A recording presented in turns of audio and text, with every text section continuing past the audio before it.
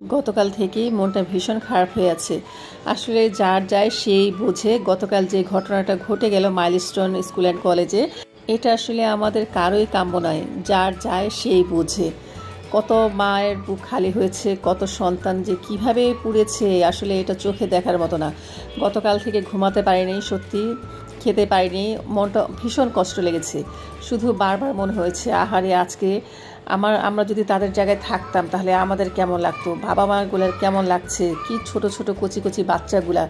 Maximum বাচ্চাই কিন্তু এই দুর্ঘটনাটার শিকার হয়েছে। আসলে প্লেনটা ক্রাশ করেছিল ক্লাস 1 থেকে 5 পর্যন্ত যে সেকশনটা, সেই সেকশনের উপরেই। তো কোমলমতি শিশুগুলোর কি অবস্থা হয়েছে আমরা সবাই দেখেছি কম বেশি নিউজের মাধ্যমে, যে একদম অগ্নিদগ্ধ হয়ে কিছু বাচ্চা হেঁটে নিচে থেকে বের হয়ে এসেছে। আবার দেখতে পেলাম কিছু বাচ্চা একদম পুরে কয়লা কাঠ হয়ে গেছে, প্লাস্টিকের মতন। আসলে এইসব দৃশ্য দেখলে কোন বাবা মা ঠিক থাকতে পারবে?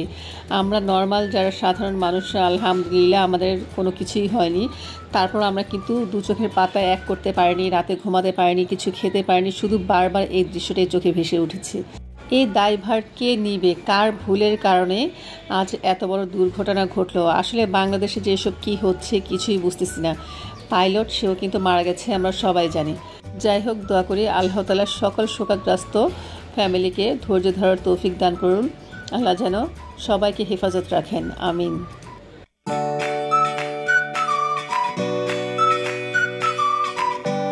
আজকে ঘুম থেকে উঠে কিন্তু নাস্তা করে নিয়েছি।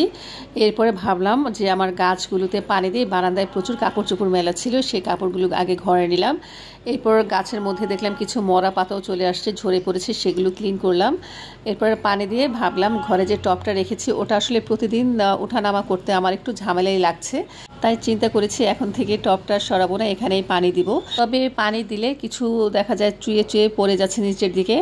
আর টপের সাথে কিন্তু আমাকে কয়েকটা ঢাকনা দিয়েছিল, কিন্তু আমি ঢাকনাগুলো আনতে ভুলে গেছি। এরপর আমার ঘরে যে রঙের ডাব্বার ঢাকনা ছিল, সেই ঢাকনাটাই টপের নিচে দিয়ে রাখছি, এখন আর পানি দিলে পানি পড়বে না। এরপরে জানালাগুলো একটু ক্লিন করে নিলাম। এরপর ডিভানটার উপরে ধুলাবালি জমেছে, একটু ক্লিন করে নিলাম। ঘর দুয়ার গুছিয়ে এসেছি। প্রতিদিনের রুটিনের মতো সব কিছুই ক্লিন করতে হয়। আর আমার দেয়ালটা না একটু ড্যাম হয়ে গেছে, তাই দেখা যায় সব সময় চুনাগুলো পড়তেই থাকে।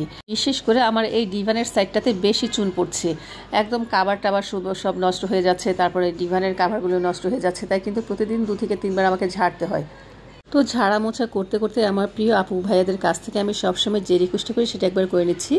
তো আমার প্রিয় আপুরা, ভাইয়েরা, আন্টিরা, আঙ্কেলরা, ছোট ছোট সোনামণিরা, যে যেখান থেকে ভিডিওটি দেখছো, প্লিজ প্রথমেই ভিডিওটিতে একটি লাইক দিয়ে এরপরে সম্পূর্ণ ভিডিওটি দেখা কন্টিনিউ করো। আর আজকে আমার চ্যানেল যারা নতুন ভিজিট করছো, তোমাদের কাছে যদি দেখতে দেখতে ভিডিওটির কোন একটি অংশ ভালো লেগে যায়, সেই অংশটির জন্য হলেও প্লিজ চ্যানেলটিকে সাবস্ক্রাইব করে আমার সাথেই থেকে যেতে পারো।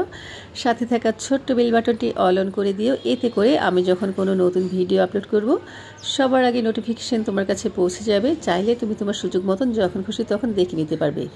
আর অলরেডি যারা যারা এই কাজটি করেছো, তোমাদের জানাই মনের অন্তঃস্থল থেকে অনেক অনেক দোয়া, অনেক অনেক ভালোবাসা আর অনেক অনেক সম্মান।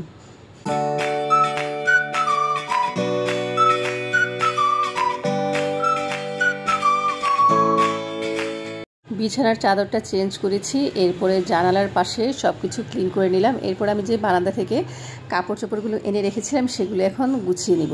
আর এদিক দিয়ে আমার কাজের খালা চলে আসছে, ও ঘর ঝাড়ু দিয়ে ঘর মুছবে, এরপরে থালা বাসন ধুবে, তারপর কিন্তু আমি রান্নাবাড়া করতে চলে যাব। আসলে সকালবেলা ঘুম থেকে উঠলে কিন্তু দেখবা খুব তাড়াতাড়ি কাজ শেষ হয়ে যায়। আর রান্নাবাড়ার যদি কাজ শেষ হয় তাহলে দেখবা ঘরের কিন্তু 80% কাজই শেষ হয়ে যায়। আর এখান দিয়ে আমি কাপড় চোপড় ভাঁজ করছি, আর ম্যাক্স কী করছে দেখো, একটু পরপর কাপড়ের উপরে সে শুয়ে আছে, আবার একটু পরপর দেখা যায় কোলের উপরে লাফ দিয়ে পড়বে। তো যখন ওকে আমি সরিয়ে দিয়েছি তখনও জানালার কাছে শুয়েছিল। এরপর যখন আবার কাপড় চোপড় ভাঁজ করছিলাম তখন কাপড়ের উপর উঠেই বসে পড়েছি। তো এইভাবে চলছে ম্যাক্সের জীবন, আমাদের সাথে ভালোই হাসি খুশি আছে। ওকে যদি সকালে একবার খাইয়ে দিই তারপর কিন্তু ও আর কোনো বিরক্ত করে না, দেখা যায় 2-3 ঘন্টার মধ্যে খাবার কোনো খবর থাকবে না। তো যখন আবার আমরা দুপুরে খেতে যাব তখন আবার আমাদের সাথে খাবে, আবার দেখা যায় সন্ধ্যায় একবার খাবে, মানে দিনে বা রাতে 4 বার কিন্তু ওকে খাওয়ালে কিন্তু হয়ে যায়, ওর খাওয়া নিয়ে কোনো টেনশন নিতে হয় না। তবে মাঝে মাঝে একটু সমস্যায় পড়ে যায় যখন আমরা সবাই মিলে বের হই, কী করবে না করবে। তো দেখা যায় ওকে একটা রুমের মধ্যে আটকে রেখে ওর খাবার দিয়ে যায়, তারপর হচ্ছে ওর লিটার বক্স দিয়ে যায়, ফ্যান লাইট ছেড়ে ওকে রেখে যাই যেন ওর কোনো কষ্ট না হয়। যাই হোক, কথায় কথায় দেখো আমি দুটোটা রুম গুছিয়ে নিয়েছি, ওই পাশের রুমটা গুছিয়ে নিয়েছি, তারপরে এই যে আমার বেডরুমটা গুছিয়ে নিয়েছি। আর রুমগুলো গুছানোর পরে কিন্তু মনটা অটোমেটিকলি ভালো হয়ে যায়।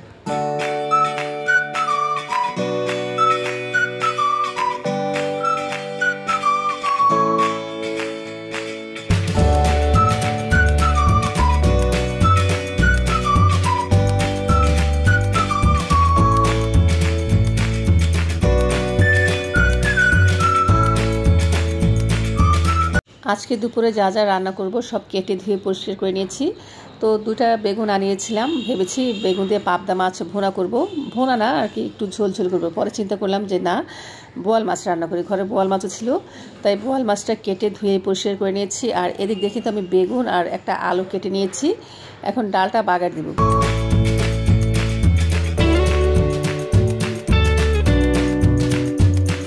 আর ঘরে চিচিঙ্গা আছে, চিচিঙ্গা ভাজি করব। আসলে কয়েকদিন ধরেই বেগুন তারপরে চিচিঙ্গা এনে রেখেছে, নষ্ট হয়ে যাচ্ছে, খাওয়া হচ্ছে না। আর আজকে যদি না রান্না করি আমার হাজব্যান্ড বকা দেবে।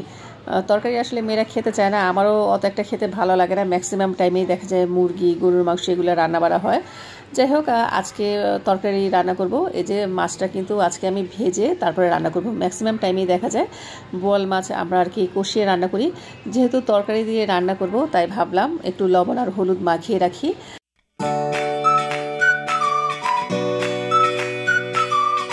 আমার কিন্তু ডাল বাগার দেওয়া হয়ে গেছে, ভাত রান্না হয়ে গেছে। তো এক চুলায় আমি মাছ ভাজতেছি, আরেক চুলায় হচ্ছে আমি আর কি পেঁয়াজ আর হচ্ছে ময় মশলা কষিয়ে নিচ্ছি যেন তাড়াতাড়ি হয়ে যায়। তো দেখো মশলাটা খুব সুন্দর মতন কষানো হয়ে গেছে। এখন এই পর্যায়ে আমি সবজিটা দিয়ে দিব। এই বেগুনের তরকারিটা হতে কিন্তু খুবই কম সময় লাগে, বেশি একটা কষাতেও হবে না, দেখা যায় 3-4 মিনিট কষিয়ে নিলেই হলো। সাথে দিয়ে দিলাম একটুখানি লবণ, খুব তাড়াতাড়ি কষানো হয়ে যাবে।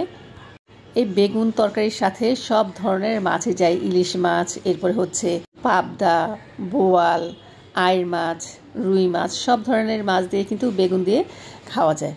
আর এদিক দিয়ে দেখো চিচিঙ্গা ভাজিটাও আমি করে নিয়েছি। দাঁড়িয়ে দাঁড়িয়ে সবজি কাটছি, আরেকদিকে তরকারি নাড়া দিচ্ছি, এক হাতে মোবাইল ধরেছি আর আরেক হাতে নাড়ছি। এই কারণে কিন্তু দেখো কড়াইটা বারবার বেঁকিয়ে যাচ্ছে। তো খুব সুন্দর মতন কষানো হয়ে গেছে। এখন এ পর্যায়ে আমি দিয়ে দিব পরিমাণ মতন পানি। বেশি একটা পানি দিব না, কারণ এই মাছটাও সেদ্ধ হতে সময় লাগে না, আর বেগুন তরকারি তো এমনি সেদ্ধ হয়ে গেছে। তো মাছটা আমি খুব সুন্দর মতো লাল লাল করে ভেজে নিয়েছি। এখন সবগুলো মাছ দিয়ে দিব, হালকা হাতে একটু নাড়াচাড়া করে দিয়ে এখন ঢেকে রাখবো ঝোলটা শুকানোর আর কি পর্যন্ত। আর তরকারিটা কষানোর সময় আমি কিন্তু কোনো আর কি কাঁচামরিচ দিইনি, এখন দিয়ে দিব 2-3টা কাঁচামরিচ। লাস্টের দিকে কাঁচামরিচ দিলে না আর কি সুন্দর একটা ফ্লেভার পাওয়া যায় আর ঝালটাও কম আসে। তো এদিক দিয়ে আমি কিন্তু ভাজিটা ধুয়ে নিয়েছি, এখন আমি ভাজিটা সিদ্ধ দিব। তো প্রথমে আমি এখানে দিয়ে দিব 1 চামচের মতো লবণ, সাথে দিব 1/2 চামচের মতন হলুদের গুঁড়া, আর দিব 3 থেকে 4টা কাঁচামরিচ। তো সব কিছু একসাথে দিয়ে আমি একটু ভালো মতো নাড়াচাড়া করে দিব, এরপর ঢেকে দিব।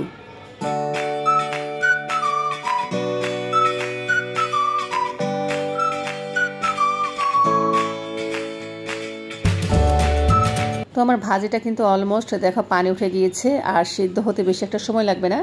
অনেকে কি করে এই পানিটা ফেলে দেয়, এতে করে কিন্তু সবুজ সবুজ একটা ভাব থাকে ঠিকই, কিন্তু ভাজির যে পুষ্টিগুণ সবই কিন্তু নষ্ট হয়ে যায় পানির সাথে ফেলানো গেলে।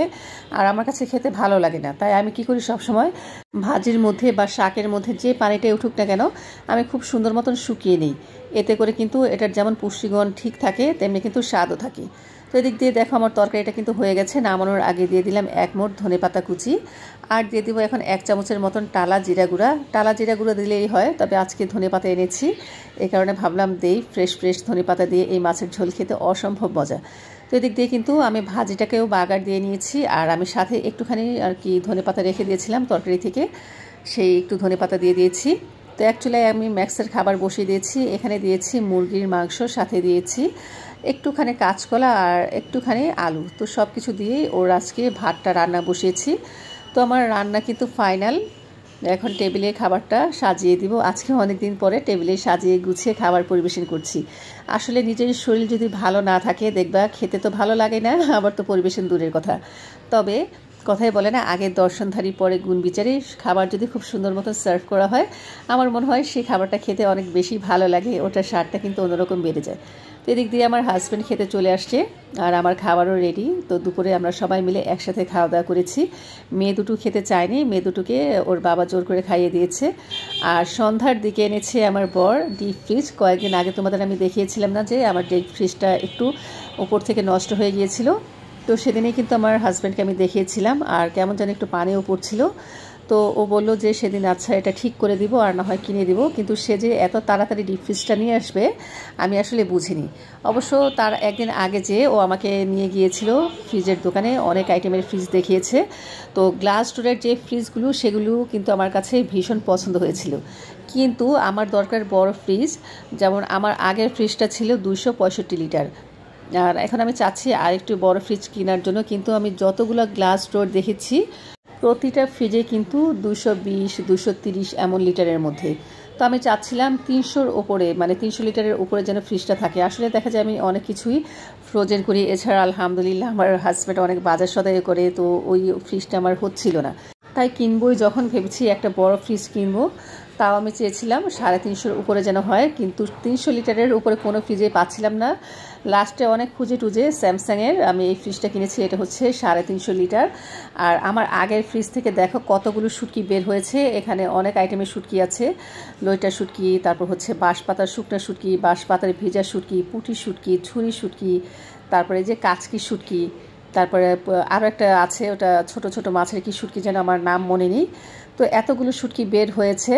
তারপরে কিন্তু লাস্টের দিকে যখন এই শুটকিগুলো আমি রেখে দিয়েছিলাম তখন আরও একটা লটকা শুটকির প্যাকেট বের হয়েছে। তো তোমাদের আমি অনেক আগে বলেছিলাম যে আমি অনেক দিন আগে যখন আমরা কক্সবাজার গিয়েছিলাম প্রায় 20,000 টাকার শুটকি কিনেছিলাম। সেখান থেকে সবাইকে গিফট করার পরে আমার এই শুটকিগুলো ছিল, কিন্তু আমার শুটকি কিছুতেই খাওয়া হয় না, কেন যেন আমার রান্না করতে ইচ্ছে করে না, কিন্তু রান্না করলে খেতে আবার মজা হয়। যাই হোক, ওই শুটকিগুলো আবার বের করে সুন্দর মতো প্যাকেজিং করে এখন এই যে 2টা বক্সে রেখে দিলাম। তো সাদা বক্সের মধ্যে রেখেছি ছুরি শুটকি আর লইটা শুটকি, কারণ এগুলোর পরিমাণ বেশি। আর এই লম্বা বক্সটার মধ্যে রেখেছি 4-5 আইটেমের শুটকি। তো এগুলো এখন আমি ডিপ ফ্রিজে রেখে দেবো। আর বলেছিলাম না যে ফ্রিজে রাখার পরেও একটা শুটকির প্যাকেট বের হয়েছে, তো তোমাদের এই যে দেখাচ্ছি, এটাও কিন্তু আর কি লইটার শুটকিটা। আসলে লইটার শুটকিটা আমার খেতে বেশি পছন্দ, এই কারণে এই শুটকিটা আমি এনেছিলাম।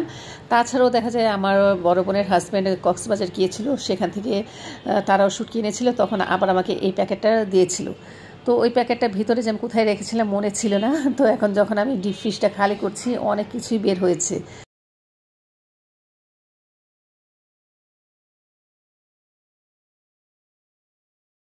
যা যা এতদিন খুঁজে পাচ্ছিলাম না সেই সব মাছও বের হয়েছে আর শুটকিগুলোও বের হয়েছে। তো শুটকিগুলো আমি খুব সুন্দর মতন সাজিয়ে গুছিয়ে 2টা বক্সে রেখে দিলাম যেন ইজিভাবে খুঁজে পাওয়া যায়। আর তোমাদের চলে একটু দেখায়, আমি কিন্তু সব কিছু দিয়ে ফ্রিজটাকে একদম ফুলফিল করে ফেলেছি। অনেক কাগজপাতি ছিল সেগুলো ফেলে দিয়েছি। আসলে আমি চাইলে প্রতিটা বক্সে বক্সে খাবার রাখতে পারতাম, কিন্তু এত বক্স আসলে রাখলে ফ্রিজে তেমন কোনো জায়গা থাকবে না, আর এত বক্স পাবোই বা কোথায়। চেষ্টা করেছি একদম ইনটেক নতুন পলি ব্যাগ দিয়ে খাবারগুলো রাখার। আর এ পাশটাতে আমি রেখেছি বিভিন্ন খাবারের আইটেম, ফ্রোজেন আইটেম। এখানে আছে সবজি, মটরশুঁটি, তারপর আছে খেজুরের গুড়, এরপরে আছে চালের গুঁড়া, মানে বিভিন্ন কিছু আছে, আদা আছে, রসুন আছে। আর এই যে এই বাম পাশটা, এই পাশটাতে রেখেছি আমি মাছ, মাংস সব কিছু। তো কেমন হয়েছে আমার ফ্রিজটা বা আমার গোছানোগুলো কেমন হয়েছে বন্ধুরা অবশ্যই কিন্তু কমেন্টস করে জানিও। আমার কাছে তো ভীষণ ভালো লাগছে। তবে আমার মনটা একটু খারাপ হয়েছিল যে আমি গ্লাস ডোর পেলাম না, কিন্তু আমার আগের ফ্রিজটা যখন যারা নিতে আসছিল তারা বললো কি যে গ্লাস ডোর কিনে নেয় ভালো হয়েছে, ওই গ্লাসগুলো নাকি 2-3 বছর গেলেই টেম্পারেচার চলে যায়, অটোমেটিক নাকি বাস্ট হয়ে যায়। তখন আমি জিজ্ঞেস করলাম তাহলে কি ওগুলা পরবর্তীতে আবার কেনা যাবে না, লাগানো যাবে না? বলে যে হ্যাঁ লাগানো যাবে, কোনো সমস্যা হয় না, তবে 2-3 বছর পর পর ওগুলো নষ্ট হয়ে যায়। যাই হোক, আমার আগের ফ্রিজটা বেশ ভালোই ছিল, শুধু কালারটা একটু নষ্ট হয়ে গিয়েছিল এই যা। তবে এটাকে এখন আমি একটু যত্নেই রাখবো। দেখা যায় এটার উপরে এখন আর কিছুই রাখবো না। এটা আগের ফ্রিজের উপরে আমি বিভিন্ন আমার কিচেন অর্গানাইজারে রেখেছিলাম দেখার সৌন্দর্যের জন্য প্লাস জায়গার জন্য। তো ওগুলো আমি শিফট করে এখন আমার শু র্যাকের উপরে নিয়ে রেখেছি। আর এই যে এখন উপর থেকে এই তোয়ালিটা দিয়ে দিলাম, আর চিন্তা করেছি উপর একটা ট্রান্সফার ভ্যাকসিন দিব যেন ফ্রিজটা ভালো থাকে। তো বন্ধুরা আজকের মতো এ পর্যন্ত, সবাই ভালো থেকো, আল্লাহ হাফিজ, আসসালামু আলাইকুম।